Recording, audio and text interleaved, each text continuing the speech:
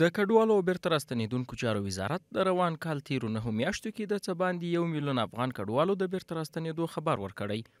دغه وزارت ویاند وایي یادو راستنو شوو کډوالو ته اسلامي امارت ځانګړې پاملرنه کړې او د دوی ستونزو ته پر وخت رسېدنه شوې ده. شاوخوا 1 میلیون افغانان په دغه تیرو 9 میاشتو کې د حمل نه د قوس تر پایه پورې راغلي دي،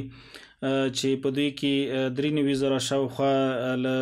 پاکستان هیواد څخه راغلي دي، 11,000 له ترکیې هیواد څخه راغلي او باقي نور ټول له ایران هیواد څخه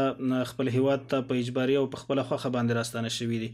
دغه وزارت د ویاند په خبره تیرو 3 کلونو کې شاوخوا 45,900 تنو راستانه شویو کډوالو ته په اماراتي او خصوصي سکتور کې د کار زمینه برابره شوې ده. د دې لپاره چې دغه راستانه شوي افغانان په خپلو خپو باندې ودرېږي، دوی ته د کاري فرصتونو په برخه کې هم خدمات وړاندې شوي دي چې په تیرو 3 کلونو کې تقریبا 45,200 کسانو ته په دولتي او خصوصي سکتورونو کې او همداراز د حرفوي زده کړو له لارې د اقتصادي ملاتړ له لارې دوی ته د کار او روزګار زمینه برابره شوې ده. ورته مهال د کډوالۍ نړیوال سازمان وایي دغه سازمان ژمن دی چې د ټولنیزو سرچینو مرکز له لارې چې د سویلي کوریا د بهرنیو چارو وزارت او دغه صندوق له لارې د افغان کډوالو ملاتړ کوي، د بیرته راستنېدونکو او بې ځایه شویو افغان کډوالو ملاتړ او لاسنیوی وکړي.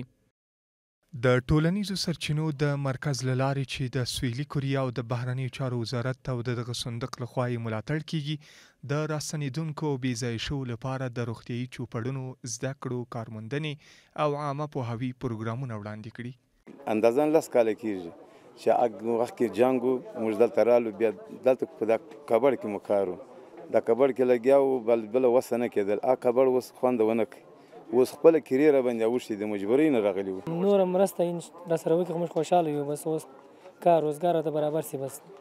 دغه کارونه سم سي، صحیح دي. د کډوالو او بیرته راستنېدونکو چارو وزارت د ویاند په خبره د اسلامي امارت له بیا واکمنېدو راهیسې څه باندې 4 میلیونه افغانان بیرته هیواد ته راستانه شوي او اسلامي امارت د ژمنې سره سم یادو راستانه شویو کډوالو ته د بېلابېلو اسانتیاوو ترڅنګ د ښارګوټي جوړولو او د کورونو ورکړې ته ژمن دی.